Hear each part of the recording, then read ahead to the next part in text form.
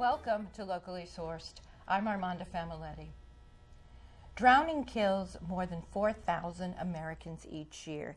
It is the second leading cause of a death in children, and children and infants most often drown in their homes in the bathtub. And what makes this all the more tragic is that drowning can be prevented. Today I'm very happy to welcome Edie Flood. Edie Flood is an expert in water safety, and she's been a pioneer in education and aquatic industry for 55 years. She owns Wings Over Water School of Swimming in Brewster, New York, and Fairfield, Connecticut. Welcome, Edie. Oh, hi, Amanda. Thank you. You're welcome. So glad you're here. Thank you.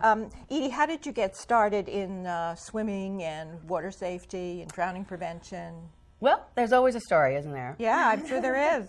Yeah. Well, when I was young, very young, about 3.5, 4 years old, my father told me not to go near a stream. We were at a picnic, and I was 3.5, 4-year-old. You know, I didn't listen to him and fell in. And so I was kind of holding on, and very quickly learned that I needed to get myself out. Didn't know how. Okay, so that was the first incident. And then there was a second incident, and these are all incidences that led me up to swimming better and getting myself acclimated to the water and having a relationship with the water. The second incident, I was a good swimmer because I was swimming for my lungs for asthma, so for exercise. I was about 14, 15 years old. And the lifeguards knew that I was a good swimmer. They watched me every day. I did 100 laps a day or whatever it was. You were in a pool? I was in a pool and on an Army base, and I felt overconfident, and I was going to, so I figured I was going to take this 5-year-old out on my back. Oh. So for a swim. So I took this 5-year-old out on my back, and I'm swimming the breaststroke, and I'm in deep water. And the 5-year-old decides to panic, and I had no clue what to do. So the lifeguards thought I was swimming around. I was not swimming around. I was drowning. The child was standing on my shoulders. And because of that, I decided that I should really take a lifeguarding course and to know what it is to do if there are instances when there are people that are holding you down or on top of you, or things are holding you down or on top of you. So that's how it all started. I was about 13, 14 years old. I became a lifeguard, American Red Cross lifeguard. I got a job at 15. And then it just kind of blossomed. And I truly love the water. I have a great relationship with the water, and I wanted to. I knew how important it was at a very young age to be able to teach it and to be able to prevent, to educate individuals on how to prevent drowning. So 4,000 Americans die every year from drowning, which is an amazing statistic, unintentional drowning. Yeah. So just basically, what can we do to prevent that? Is learning to swim enough, or is there more we can do? Learning to swim is important. Learn to swim is very important. However, there are reasons why many drownings occur in children and teenagers under the age of 14. Over 3/4 of that 4,000 number actually drown at that age, between the ages of 1 or 0 and 14. Many of them in backyard pools, especially for those children under the age of 4. So there's security systems for pools.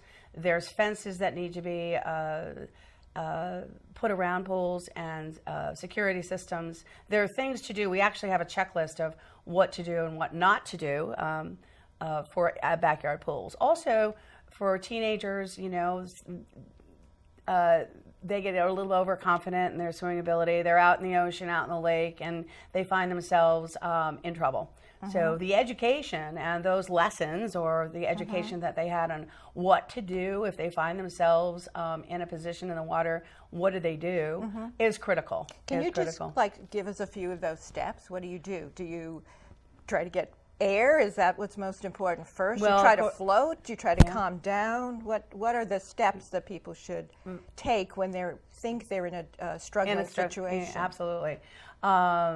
And number one is to have the education to know what it is that you're supposed to do, because panic is very silent, and people, believe it or not, drowning is very silent.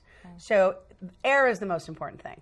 Breathing is the most important thing. We as land animals, we don't think about breathing, but when you're in the water, you have to think about breathing. Air is actually free if you're on your back. Okay?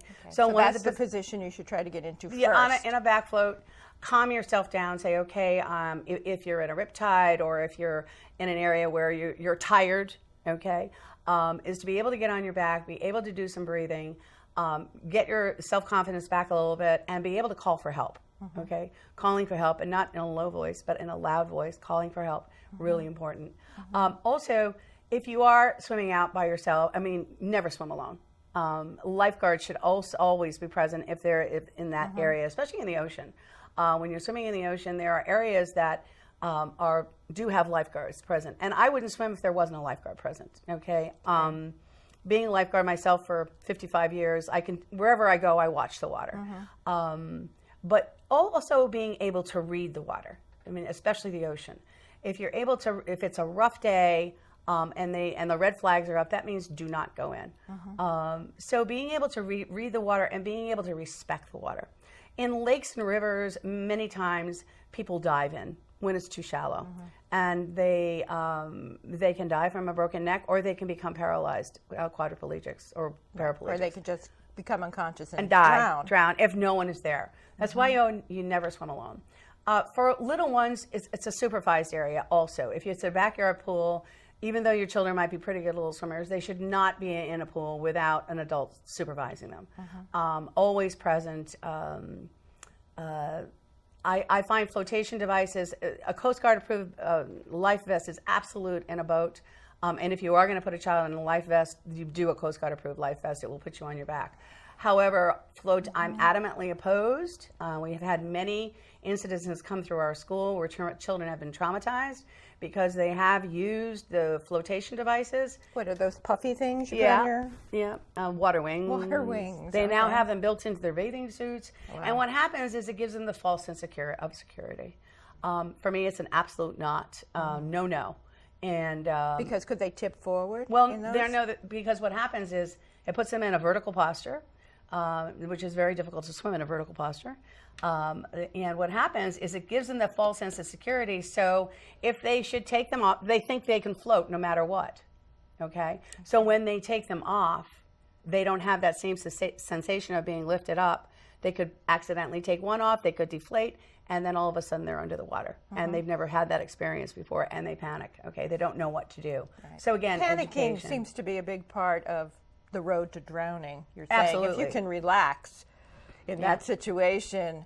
When I was taught to swim, I was taught to float first. Yes. And then I was taught to tread water, which is a vertical swimming position. Is that no longer taught? Because that was what I was supposed to, because I know that when I'm on my back in the water, sometimes water goes into my mouth anyways, especially if I'm in the ocean and a wave hits me and water goes in. But if I'm treading water upright, I get less water in my face. And what did things change? Or no, treading water is a good thing. However, you can only tread water for so long. You're expending a lot of energy. So while you're moving everything and treading water, the way that we teach treading water, and the reason that we use treading water is, number one, to be in a vertical posture, and also to be able to take a look at your surrounding areas and see what it is that you're going to do next. Okay, so if I'm in a vertical posture, I can kind of look around, treading water, and say, okay, well, the side of the pool is right there, or gosh, there's help right there. I can call real loud. The beach is that way. The beach is that way. Can I make the beach? To be able to assess the situation and say, is it safe for me to go? Can I swim that distance, or am I too exhausted? So treading water, but backfloating, and even, believe it or not, there is what we call a prone float, that we let our bodies go like a dead man, okay? And then blow out and then come up and take a breath and then go back down again, just because you need to let your body rest, okay? So when you're expending all this energy, you might not be able to get back to it. But treading water is important. Backfloating and prone float, and to know when you're safe, when to call for help is critical. So let's talk a little bit about the beach, because we're recording this during the summer, and already, as every summer it seems, we hear tragic stories in the news, about children and adults drowning. Yeah. And every time I hear it, I think, oh, geez, that is preventable. That is so sad, and often it's children. So let's talk about when we're at the beach. You said don't swim when there's a red flag, right? Absolutely not. What are the other colors? I think there's a green flag and a yellow flag. Yellow flag is caution. Okay. I would advise against swimming when there are no lifeguards there. Those lifeguards are trained. So swimming early in the morning or late in the afternoon when the lifeguards are gone, which is something I like to do because the beach is empty. Yeah. But well, don't swim. Probably shouldn't do that. No, don't swim alone. Have someone that that you can call for help. Actually, in the ocean, if you're at one with the water and the water and with the ocean, that the waves do bring you back in with very little exhaustion and with very little motion. Okay, but again, you have to be able to get your breath. So there are two ways to get your breath. You can get your breath up this way, or you can turn to get your breath. But the most important thing is to be able to fill your lungs and be able to have a rhythmic and calm yourself down. The cause of drowning in oceans is for little ones. Is again being unattended. The parents are having a good time. They're having a conversation. No one's watching that toddler or little one, or 5 or 6 year old, and they go out into the water and they get taken away. Okay, and that's not a good thing. Okay, so you need to be with them in the water. I find that parents need to spend more time with their children in the water, because the parent can learn what it is that will make their child float. The child will have an experience because they learn from their parent. Children should not be left unattended with water wings or any flotation devices in the water, especially in ocean or What about, what kids tend to play? Actually, we have a picture of a baby on I assume this is at your swimming school. Yes. So that's a very young child. Yeah. She's about 2. We didn't really talk yet about training little ones, but is that a good idea to really start them young? The sooner the better. What she's doing right there is she's learning how to be in a prone posture. She's learning that's a swimming posture, believe it or not. See where her mom is. She's on a mat, so she's safe. One of the critical part, and that went back to when I was 4 years old and I fell in and I couldn't get out. So we call it a safety sit, a safety jump. And what it is that if a child, an adult, is that a lot of adults need this education. If they fall in the water, they have to be able to know that they can turn around in the water, no breath, and go back to where they came from, hold on, and get out. Remember the thing I said, I held on, I couldn't get out. So it's elbow, elbow, knee, knee, and that's patterning. We start that at 6 months old, and maybe on those little mats or whatever. But that is critical. Sit, listen, and wait, waiting your turn, and because I didn't listen to my dad. Right. Okay. And kids don't always listen to their parents. Of course they don't. Children don't listen. So sit, listen, wait, coming in, turning around, and going back to where you came from is huge, because it has, I know for a fact, I mean, my gosh, we must have taught 50,000 kids by now, if not more, that it has saved many lives, many lives. Right, just that one little move of if they're on a dock and they fall in accidentally, how you're walking to a boat or you're out on a raft or something like that and you fall in, what do? Do you just hang there? Most people will just hang there. But if you know to turn around and go back to where you came from and grab on and pull yourself out, because you can only hold on for so long. Right. And you can teach 2-year-olds that? Yes, absolutely. The beautiful part about that is the earlier the education, the better, because they now know what it feels like to be in water. They now know, the different areas of the water. So they have an education, and their parent is with them at all times. No flotation device. Speaking of early education, we have a picture of a little baby enjoying herself in the water. That looks like a very young child. What's happening with that child? Okay. Well, the parent is on the other side of that. She's reaching for her parent. Hopefully the parent's under the water. And babies and little ones don't do freestyle and breaststroke and all of that stuff. But do they do a dog paddle or anything? No, actually you don't even want the arms in the way, because the arms can actually make more current and actually push them away from safety. What she's doing is she's just reaching, and if you see her face, she's really enjoying, and she's looking at her mom or her dad or whoever's underwater with her, and she's having a water experience. The more water experiences children have in different levels of the water, the better it is. So if they fall in, they're not traumatized. Oh, I've been here before. I've been here before. Right. Okay, And they like it. I know It's what fun. they do like it, and I know what to do. And you've got to be careful that they know that if they reach for that ball, or they on the side of the pool. This is why many backyard pools need to be secured. That if there's something in the water, this is parents, when they're done with the pool at the end of the day, they need to take the toys out and the floats out of the water. So if that little one does go around the pool, that they're not attracted to getting that ball. Okay, with lessons we actually do that. Okay, we do.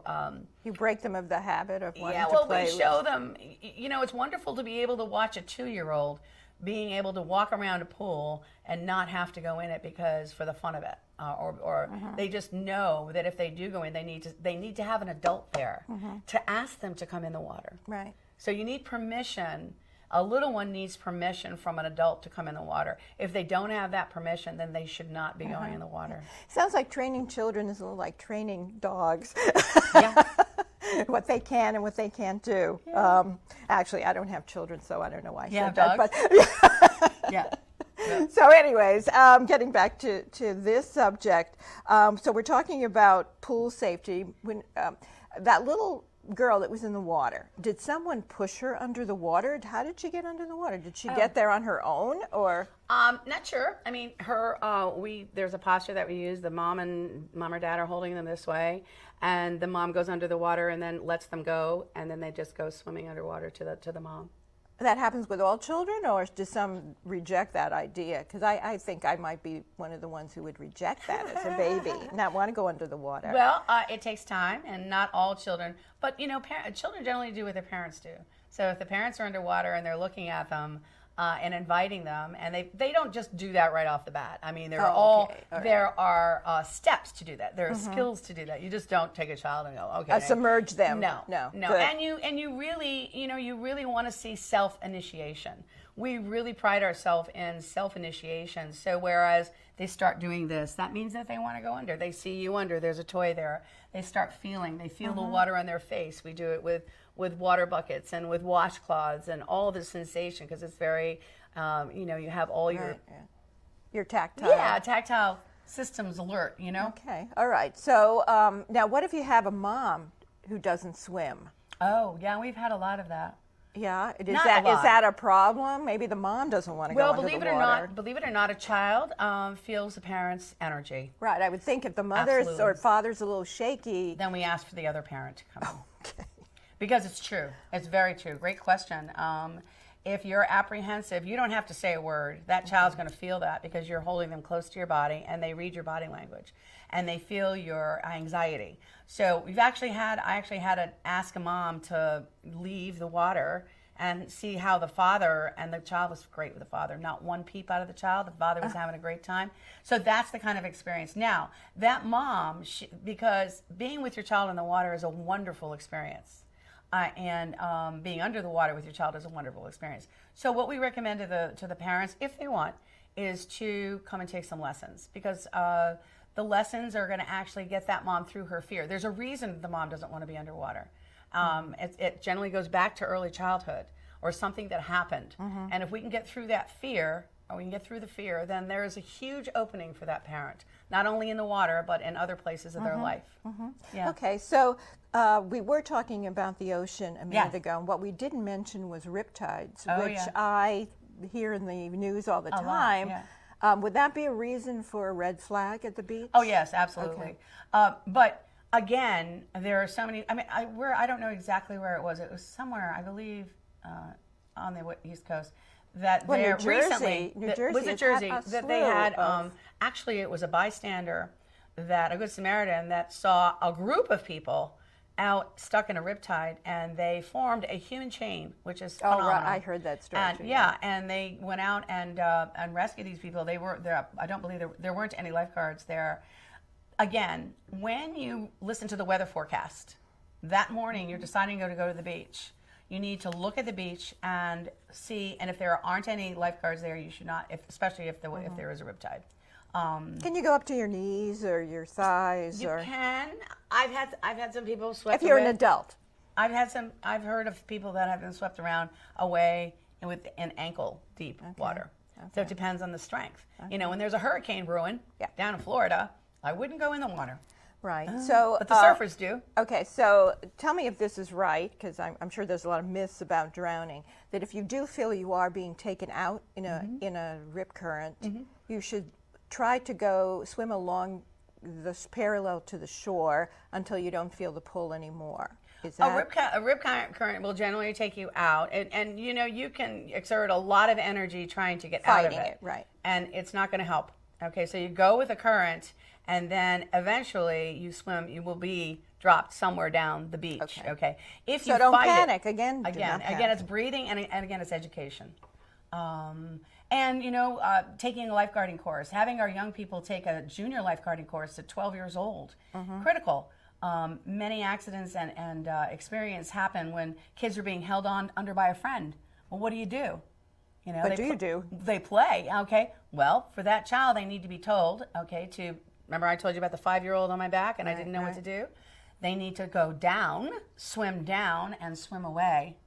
Okay. Because the last place that person that's holding you down wants to go is down. Okay. They want to stay up. It sounds counterintuitive, but go down and then get away and come back up. And we do those skills. You need to do those skills with these kids over and over and over again. We are getting younger and younger swimmers because we start them early. So, you know, by the age of 5 or 6, these kids are pretty proficient. So they need to we have safety week. And during that safety week or all along, they need to have scenarios like that. So in the beginning of the show, I mentioned a horrible statistic that most more than half of infants who drown do it in their own home in a bathtub. How does that happen? Being left unattended. You know, I mean, you're given. So you're washing an infant in a bathtub. That's probably not a good idea. Should you wash them in a smaller? Well, it depends on the size. I'm sure that well, I don't know. Okay, some people will use the sink. They have beautiful bathtubs now that you can use, but in my day, it was you knelt down and you put a child in the bathtub.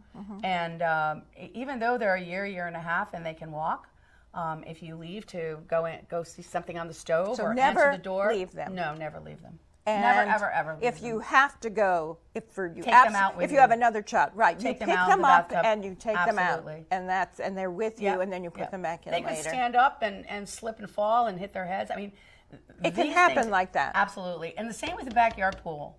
The backyard pool, mom says, I'm just going to go answer the phone. Dad says, I'm going to go work in the garage. The child is sleeping in their bedroom or playing in their bedroom. I'm just going to go out to the car real quick. That toddler, you know, they love things that are different and big, and they're attracted.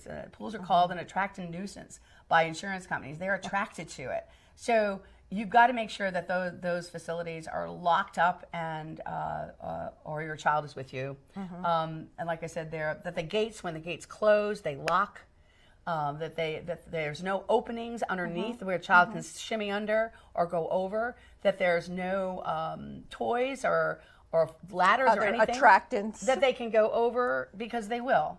And the other thing is really important is to have first aid for the parents and the teenagers and young people in the house, to have first aid and CPR education. CPR, young children, I know my grandson is 11 years old. If you're a parent, you should have CPR education. Yeah, but so should the kids, 11 years old. Oh, really? I've had a student that actually saved her brother in their pool, and he was at the bottom of the pool. She was only, I think she was 12 years old.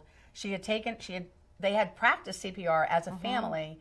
She saw the child on the bottom of the pool. She dove in, she pulled him out, and she started CPR. Wow. And had somebody, and told someone to call 911. That's, of course, what you have to do. Okay. Call for help right away. Right, 911. 911. And she knew what to do, and she saved her brother's life. So I have another question where we're getting close to the end of time. An interesting statistic that I heard when I was doing my research for the show was that men are 2 to 3 times more likely to die from drowning than women. There was no answer in my in the paper I was reading about why that was. Why is that? Well, men are a little bit more confident than women are about. Perhaps overconfident? Yeah, overconfident about the water. Well, I can do that. And you have to understand, some of the men have more muscle, and it's harder to swim for them if they don't know how to swim correctly.